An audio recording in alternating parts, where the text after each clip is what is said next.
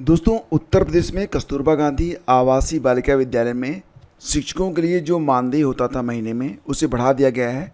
पहले ये मानदेय 22,000 रुपये होता था, अब इसे बढ़ाकर 24,200 रुपये कर दिया गया है। साथ ही साथ यहाँ पर जो उर्दू शिक्षिका होती थी, पहले ये मानदेय मात्र 10,000 रुपये होता था, अब ये बढ़ाकर 14,520 रुपये कर दिया गया है। अंशकालिक शिक्षिका के लिए मानदेय 10,780 रुपये है। इसके अलावा फ्रेंड्स, यहाँ पर जो वैकेंसी है वो मुख्य रसोइयाँ, सहायक रसोइयाँ और चपरासी की भी है। इसमें भी जो मानदेय है वो पहले से ज़्यादा है। तो कुल मिला के देखा जाए तो 13 कस्तूरबा गांधी आवासीय बालिका विद्यालय से विज्ञापन जारी हुए हैं। कौन कौन से पद हैं इसमें, तो आप देखेंगे इसमें पूर्णकालिक शिक्षिका, देखो इसमें आवेदन केवल महिलाएं कर सकती हैं, केवल महिलाओं के लिए सारे पद यहाँ पर रिजर्व रखे गए हैं। तो पूर्णकालिक टीचर के अंतर्गत गणित, विज्ञान, अंग्रेजी, सामाजिक विषय, इसके अलावा भाषा हिंदी, और अगर देखेंगे तो उर्दू शिक्षिका में केवल महिला उर्दू के लिए। अंशकालिक शिक्षिका के अंतर्गत कला, क्राफ्ट, संगीत, गृहशिल्प। अंशकालिक शिक्षिका महिला में कंप्यूटर, इसके अलावा सहायक रसोइयाँ, चपरासी महिला वगैरह का पद है। तो एलिजिबिलिटी भी दे दी गई है। जैसे कि अगर देखेंगे आप पूर्णकालिक शिक्षिका के लिए जो महिलाओं के लिए पद है, तो इसमें आपको महीने में मिलेगा 24,200 रुपये। पीसीएम वर्ग से स्नातक तथा एनसीटी से मान्य बीएड या समकक्ष एलटी इत्यादि प्रशिक्षण एवं उच्च प्राथमिक स्तर की टीईटी परीक्षा उत्तीर्ण होना चाहिए। तो आप जिस भी विषय से आवेदन करना चाह रहे हैं, उस विषय से आपने स्नातक किया हुआ हो, प्लस आपने बीएड किया हुआ हो, प्लस आपके पास टीईटी, चाहे सीटीईटी हो चाहे यूपीटीटी हो, का पेपर 2 क्वालिफाई होना चाहिए। बाकी एलिजिबिलिटी यहाँ पर दे दी गई है, आप लोग चाहें तो देख सकते हैं जिनको आवेदन करने में इंटरेस्ट है। तो ये जो विज्ञापन है ये देवरिया से प्रकाशित हुआ है, और देखा जाए तो देवरिया में जो 13 कस्तूरबा गांधी आवासीय बालिका विद्यालय हैं, उनमें ये जो भर्ती है वो कॉन्ट्रैक्ट बेस पर की जा रही है शैक्षिक सत्र 2024-25 के लिए। ठीक है, और ध्यान दीजिएगा कि केवल महिला अभ्यर्थियों के लिए आवेदन पत्र यह आमंत्रित किया गया है, तो केवल महिलाएं ही इसमें आवेदन कर सकती हैं। इस बात का आप लोग बिल्कुल ध्यान रखिएगा। तो पद मैंने बता दिए कि कौन कौन से पद हैं और एलिजिबिलिटी क्या रहती है। तो आप संबंधित विषय में स्नातक हो, प्लस बीएड हो, प्लस सीटीईटी का या फिर यूपीटीटी का पेपर 2 अगर आप पास हैं तो आप यहाँ पर आवेदन कर सकते हैं। और जो पद अनारक्षित हैं उस पर सभी वर्ग के अभ्यर्थी आवेदन कर सकते हैं। जो पद रिजर्व हैं उस पर केवल उसी वर्ग के अभ्यर्थी आवेदन करेंगे। तो पूरा जो ये नोटिफिकेशन है, इसको डाउनलोड करने का लिंक वीडियो के डिस्क्रिप्शन में मैं आपको दे दूंगा, वहाँ से जाकर आप इसे डायरेक्टली डाउनलोड कर पाएंगे। और इसमें देखो फ्रेंड्स, जो चयन होगा वो कैसे होगा, तो आपको बताना चाहेंगे कि पूर्णकालिक शिक्षिका, अंशकालिक शिक्षिका तथा मुख्य रसोइयाँ, सहायक रसोइयाँ और चपरासी के पदों के लिए केवल महिला अभ्यर्थियों से आवेदन पत्र आमंत्रित किए गए हैं। ठीक है, और जो पूर्णकालिक शिक्षिका होंगी, मुख्य रसोइयाँ, सहायक रसोइयाँ को विद्यालय में रात्रिवास करना अनिवार्य होगा। ये ध्यान दीजिएगा आप लोग। केजीबीवी की ऐसी शिक्षिका जो शैक्षिक सत्र 2020-21 में नवीन संविदा से वंचित हो रहे हों, उन शिक्षिकाओं द्वारा केजीबीवी में रिक्तियों के सापेक्ष होने वाले नवीन चयन में आवेदन करने पर उन्हें चयन हेतु शैक्षिक अर्हता में शासनादेश के पूर्व कार्यरत शिक्षिकाओं के लिए टीईटी की अर्हता अनिवार्य नहीं होगी। ठीक है, इसके अलावा देखो यहाँ पर आपका चयन कैसे होगा, तो आपको यहाँ पर ऑनलाइन आवेदन नहीं करना है, आपको बस एक फॉर्म दिया गया है उसको भर के भेज देना है। इसके बाद आपकी जो मेरिट होगी वो यहाँ पर इस नियम के मुताबिक बनाई जाएगी। तो मेरिट में आपका हाई स्कूल, इंटरमीडिएट, स्नातक और जो प्रशिक्षण है आपका, और जो भारांक है, भारांक मिलेगा आपको केजीबीवी के शिक्षक के रूप में जितने साल आपने काम किए हैं।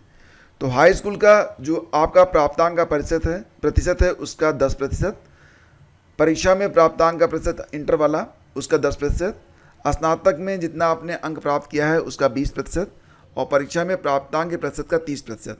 अब यहाँ पर देखेंगे तो कैसे, जैसे मान लेते हैं कि हाई स्कूल में आपने 60% अंक हासिल किए हुए हैं तो ये 6 अंक बनेगा। इंटरमीडिएट में 60% अंक आपने हासिल किए हैं तो मतलब बनेगा 6%। स्नातक उपाधि में मान लेते हैं आपने 60% अंक हासिल किए हैं तो बनेगा ये कितना, 12 अंक बनेगा, क्योंकि 20% होगा। और प्रशिक्षण में अगर आपने 60% अंक हासिल किए हैं तो ये बनेगा कितना, ये बनेगा 18। और इसके बाद जितना आपने सेवा दिया होगा प्रत्येक पूर्ण अध्यापन वर्ष के लिए 2 अंक अधिकतम आपको मिलेंगे, अधिकतम 30 अंक आपको दिए जाएंगे। ठीक है, तो इस आधार पर जो है आपकी जो मेरिट होगी वो तैयार की जाएगी। अगर दो अभ्यर्थियों के गुणवत्ता अंक समान होंगे तो ऐसे अभ्यर्थी का नाम जो आयु में ज्येष्ठ हो उसे सूची में ऊपर रखा जाएगा।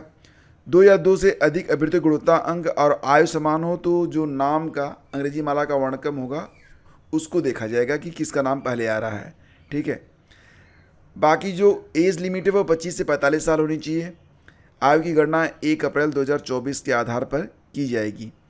तो एक लिफाफे में केवल एक ही आवेदन पत्र स्वीकार किया जाएगा। एक लिफाफे में एक से अधिक आवेदन पत्र प्राप्त होने पर सभी आवेदन पत्र निरस्त कर दिए जाएंगे। ध्यान दीजिएगा। और ये जो कॉन्ट्रैक्ट होगा वो 11 माह 29 दिन का होगा। ये जो आपको आवेदन है, नोटिफिकेशन है, ये आपको देवरिया की NIC पर मिल जाएगा, देवरिया nic.in पर। और इसके लिए जो लास्ट डेट है फ्रेंड्स, तो ये कब तक है?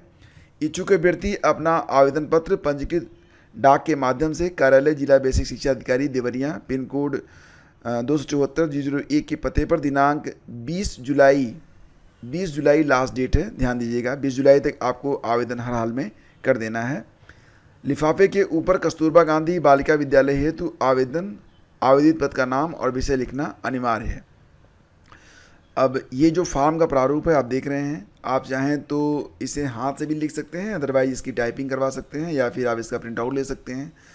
तो ये जो नोटिफिकेशन है इसको आप लोग कहाँ से प्राप्त करेंगे? तो या तो देवरिया की जो NIC है उस पर जाइए या फिर आप studyvithgyanprakash.com पर जाकर भी इसे डाउनलोड कर सकते हैं। लिंक वीडियो के डिस्क्रिप्शन में मैं आपको दे रहा हूँ। और फ्रेंड्स अब आगे बढ़ेंगे। कुछ और भी खबरें हैं हमारे पास, जैसे कि PCSJ परीक्षा की असलियत सामने लाने वाले श्रवण ने की मांग। आयोग की भूल मानवीय नहीं, दर्ज करें आपराधिक मुकदमा। MP और दिल्ली की तर्ज पर हाई कोर्ट कराए भर्ती परीक्षा, उपलब्ध कराई जाए ई-कॉपी। स्वतंत्र एजेंसी से जांच की मांग। अब ये जो अभ्यर्थी हैं श्रवण पांडे, इन्होंने स्वतंत्र एजेंसी से इस पूरे मामले की जांच कराए जाने की मांग की है। उनका कहना है कि UPPSC ने जो गलती की है उसकी जांच भी वह स्वयं कर रहा है। ऐसे में जांच पर भरोसा कैसे किया जा सकता है? क्या गारंटी है कि दूसरे अभ्यर्थियों की कापियां न बदली गई हों? आयोग अपनी जांच में मानवीय भूल का दावा कर रहा है। यह दावा कितना सही है ये तो स्वतंत्र एजेंसी की जांच के बाद ही पता चल सकता है। ये हल्द्वानी के रहने वाले हैं और श्रवण ने कहा कि जिन अफसरों को निलंबित किया गया 2-4 माह बाद उन्हें फिर से बहाल कर दिया जाएगा, लेकिन जो अभ्यर्थी इससे प्रभावित हुए हैं उन्हें भारी मानसिक प्रताड़ना से गुजरना पड़ा है। UPPSC की भर्ती परीक्षा में पहली बार शामिल हुए श्रवण को अब UPPSC की भर्ती परीक्षा पर भरोसा नहीं रह गया है। उन्होंने इलाहाबाद हाई कोर्ट से गुहार लगाई कि मध्य प्रदेश, MP और दिल्ली की तर्ज पर उत्तर प्रदेश में हाई कोर्ट की यह भर्ती सीधे अपने हाथों में ले लेनी चाहिए। उन्होंने कॉपी दिखाए जाने के मसले पर भी UPPSC पर सवाल उठाए हैं। कहा कि 30 मिनट का समय पर्याप्त नहीं होता है। इतने समय में तो अभ्यर्थी अपने नंबरों को ही केवल जोड़ सकता है, जबकि कॉपियां इस उद्देश्य से दिखाई जाती हैं कि अभ्यर्थी स्वयं का मूल्यांकन कर सके। श्रवण का कहना है कि बिहार और MP में अभ्यर्थियों को एक निर्धारित शुल्क पर ई-कॉपी, स्कैन कॉपी उपलब्ध कराई जाती है। अगर UPPSC अभ्यर्थियों को कॉपियाँ दिखाकर अपनी कार्यप्रणाली के पारदर्शी होने पर दावा करता है तो उसे भी MP और बिहार की तर्ज पर अभ्यर्थियों को ई-कॉपी उपलब्ध करानी चाहिए। अमर उजाला से बातचीत में श्रवण ने कहा कि आयोग की यह भूल मानवीय नहीं हो सकती। इस भूल के कारण न जाने कितने अभ्यर्थियों का भविष्य बर्बाद हो रहा है। ऐसा पहले भी हो चुका है। जिन अफसरों को निलंबित किया गया उन्हें तो बहाल कर दिया जाएगा, लेकिन जो अभ्यर्थी इससे प्रभावित हुए, खैर उनकी तो ज़िंदगी बर्बाद है। PCSJ मुख्य परीक्षा 2022 में काफ़ी बदले जाने की पोल खोलने वाले अभ्यर्थी श्रवण पांडे चाहते हैं कि इसके लिए UPPSC ने जिन दोषी अफसरों को निलंबित किया है या विभागीय कार्रवाई की है उनके खिलाफ आपराधिक मुकदमे दर्ज होने चाहिए। PCSJ की उत्तर पुस्तिकाओं में गड़बड़ी को लेकर इलाहाबाद हाई कोर्ट में 1 जुलाई की सुनवाई का फैसला आ गया है। UPPSC के डिप्टी सेक्रेटरी ने कोर्ट को भरोसा दिया है कि जो लोग गलती की वजह से मेरिट लिस्ट से बाहर हुए हैं उन्हें साक्षात्कार के लिए बुलाया जाएगा। मेरिट लिस्ट में संशोधन से कुछ चयनित अभ्यर्थी बाहर होंगे और उनके स्थान पर दूसरे आएंगे। न्यायमूर्ति SD सिंह और न्यायमूर्ति अनीश कुमार गुप्ता की खंडपीठ ने अभ्यर्थी श्रवण पांडे की याचिका पर सुनवाई की थी। याची के अधिवक्ता विभू राय और आयोग के वकील निशित यादव ने पक्ष रखा था। 8 जुलाई को आयोग के अध्यक्ष से व्यक्तिगत हलफनामा मांगा गया है। 1 जुलाई की सुनवाई में हाई कोर्ट को UPPSC ने ये भरोसा दिया है। तो ये खबर है। और देखो फ्रेंड्स, कुछ अजीबोगरीब मामले भी सामने आ रहे हैं। मैं आप लोगों को आगाह करना चाहता हूं, क्योंकि आप हमारे study with Gyan Prakash family के मेंबर हैं, और इसलिए मैं आप लोगों से बताना चाहूँगा कि कभी भी अगर आपके पास कोई भी कॉल आती है जिसमें आपके ऊपर किसी मुकदमे के बारे में आपको बताया जाता है कि आपके खिलाफ़ ये मुकदमा दर्ज हो गया है या आपके परिवार के खिलाफ़ ये मुकदमा दर्ज हो गया है, वो कितना भी बड़ा अधिकारी क्यों न हो, अपने आप को कमिश्नर ही क्यों न बता रहा हो, लेकिन आपको ऐसी कॉल्स पर अब भरोसा नहीं करना है। आपको क्या करना है, आप संबंधित व्यक्ति से बस ये कहें कि आप पूरे मामले को हमारे ज़िले के जो संबंधित अधिकारी हैं उनको आप निर्देशित करें। मैं स्वयं जाकर संबंधित अधिकारी से बात करूंगा और इसके बाद जो कुछ होगा देखा जाएगा। अगर वो आपको धमकी देता है कि आपका नाम इसमें आ रहा है और हम आपके नाम को उजागर नहीं करना चाहते, आपका नाम बाहर कर देंगे, बस आप किसी भी प्रकार से स्काइप पे आ जाइए, और वो फिर वो आपको हो सकता है फ़र्ज़ी स्टेटमेंट भी दे दें कि ये देखो ये ऑर्डर है, ये गिरफ्तारी का वारंट है। तो आपको इन सब चीज़ों पर भरोसा नहीं करना है जब तक कि आपके निकट का जो पुलिस स्टेशन है, आपके शहर का जो प्रशासन है, अगर उससे आपको जानकारी नहीं मिलती है तो आप स्वयं जाके थाने में इस बात की शिनाख्त कर सकते हैं कि मामला क्या है, कैसे है। और अगर इस प्रकार की फर्जी कॉल आती है तो इसकी जानकारी अपने निकटतम पुलिस स्टेशन में आप ज़रूर दें, क्योंकि यहाँ पर जो अब अपराधी हैं वो इस लेवल पर आ गए हैं कि वो खुद जो सक्षम अधिकारी हैं उनको भी फ्रॉड कर दे रहे हैं। मामला यहाँ पर कर्नलगंज में रहने वाले आईबी की सेवानिवृत्त इंस्पेक्टर का है, और उनसे साइबर ठगों ने 52 लाख रुपए ले लिए हैं, और उन्होंने उनको हड़का दिया था मानव तस्करी, मनी लॉन्ड्रिंग वगैरह का नाम लेकर। एग्जैक्टली ये 67 साल के हैं, श्रीनाथ सरोरी में रहते हैं और आईबी में इंस्पेक्टर के पद से रिटायर हुए हैं। उन्होंने साइबर थाना पुलिस को बताया कि 19 मई को अज्ञात नंबर से कॉल आई। उसने खुद को Sumit Mishra, commissioner custom office Delhi airport का कर्मचारी बताया। इसके बाद ये कहा कि उनके नाम और आधार नंबर से कुछ एटीएम, जाली पासपोर्ट और 140 ग्राम वाला पार्सल दिल्ली से कुआलालंपुर भेजा जा रहा है। फिर उसने इनको इतना परेशान किया कि एग्जैक्टली जो पूरी कहानी है वो ये है कि अंत में इतना मतलब हरासमेंट कर दिया गया कि इन्होंने अपना सारा पैसा खुद ही उसके खाते में ट्रांसफ़र कर दिया। तो ये पूरी कहानी आप पढ़ सकते हैं, आज के अखबारों में है या फिर हमारे टेलीग्राम चैनल पर भी है। एक ऐसा ही मामला मेरे साथ भी हुआ था और इसके बारे में मैंने आप लोगों को बताया भी था। आप लोग यूट्यूब पर FED Fed scam study with Gyan Prakash नाम से सर्च करके वीडियो देख सकते हैं। अगर आप कहेंगे तो लिंक मैं वीडियो पे डिस्क्रिप्शन में और टेलीग्राम चैनल पर शेयर कर दूंगा। तो हालांकि मैं तो बच गया था क्योंकि मुझे संदेह हो गया कि ये व्यक्ति खातों की जानकारी क्यों चाह रहा है, और इसके बाद मैंने जब उससे बातचीत करी तो जब मैंने उससे मौका मांगा तभी वो समझ गया था कि सामने वाला जो झांसे मारने वाला नहीं है। लेकिन आप लोगों से कहना चाहूँगा कि किसी भी लेवल पर आपको कोई भी हड़काए, अपने बैंक स्टेटमेंट की जानकारी तो आपको बिल्कुल नहीं देनी है। और संबंधित व्यक्ति से अगर आपको लगे कि हाँ ये कॉल सच है तो उससे बस इतना कहें कि आप हमारे ज़िला प्रशासन से बात करवाइए। हमारे ज़िले में जो हमारे SP साहब हैं, CO साहब हैं, निकट का जो पुलिस स्टेशन है, आप मामले को वहाँ पर भेजें, मैं वहाँ पर जाकर मिलता हूँ। ठीक है, ये सबसे बेटर वे होता है। और प्रयागराज में तो एक अजीबोगरीब मामला सामने आया। आप देख रहे होंगे यहाँ पर कि पथरी निकलवाने के लिए डाली नली तो पता चला कि पित्ताशय ही नहीं है। जांच में बताया गया था कि पित्त की थैली में पथरी है, दूरबीन विधि से ऑपरेशन हो रहा है, और इसके बाद गाल ब्लैडर ही नहीं था और जन्मजात नहीं है। तो जो जन्मजात पित्ताशय न होने का मामला लाखों में एक आता है। मुझे लगता है कि प्रयागराज इस तरह का पहला मामला होगा। फिलहाल मरीज का लक्षण के आधार पर इलाज किया जा रहा है और उसे पहले से आराम है, ये कहना है डॉक्टर आशीष विश्वकर्मा का, जो कि एसोसिएट प्रोफेसर हैं सर्जरी विभाग में SRN अस्पताल में। तो इस प्रकार की घटनाएं भी देखने को मिल रही हैं। तो फ्रेंड्स, ये आज की न्यूज़ अपडेट है।